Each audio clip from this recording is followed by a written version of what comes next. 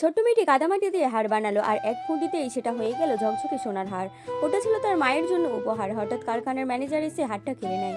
মেয়েটা প্রতিবাদ করতেই বড়রা উল্টে তাকে চোর বলে অপবাদ দেয়। এক দুর্ঘটনায় মেয়েটার বাবা মা আর ফিরে আসে না। কৃতজ্ঞতায় কারখানার ম্যানেজার তাকে আশ্রয় দেয়, কিন্তু তার স্ত্রী মেয়েটিকে পছন্দ করতো না। একদিন রাগে তাকে বাড়ি থেকে বের করে দেয়। পড়ে গিয়ে মেয়েটি কিছুক্ষণ উঠতে পারে না। ঠিক তখনই এক রহস্যময় বৃদ্ধ ন্যায় বিচারের জন্য এগিয়ে আসে।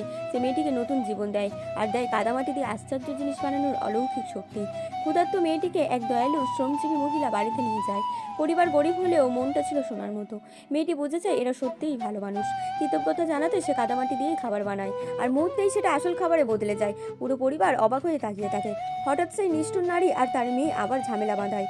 উল্টো মেয়েটাকেই অপবাদ দেয় এগুলো নাকি চুরি করা। এইবার মেয়েটি ভয় পায় না। সে সবার সামনে আবার কাদামাটি দিয়ে হার বানায়, আর এক ফুঁদিতেই সেটা আবার খাঁটি সোনা হয়ে যায়। সত্য কখনো লুকোনো যায় না। অহংকার আর নিষ্ঠুরতা একদিন ধরা পড়ে। ভালোবাসার সত্যতাই শেষ পর্যন্ত জয়ী হয়। দয়ালু পরিবার মেয়েটিকে আপন করে নেয়। ছোট্ট মেয়েটি নতুন জীবনে প্রথমবারের মতো হাসে। ভালো মানুষ থাকলে অলৌকিক ঘটনাও ঘটে।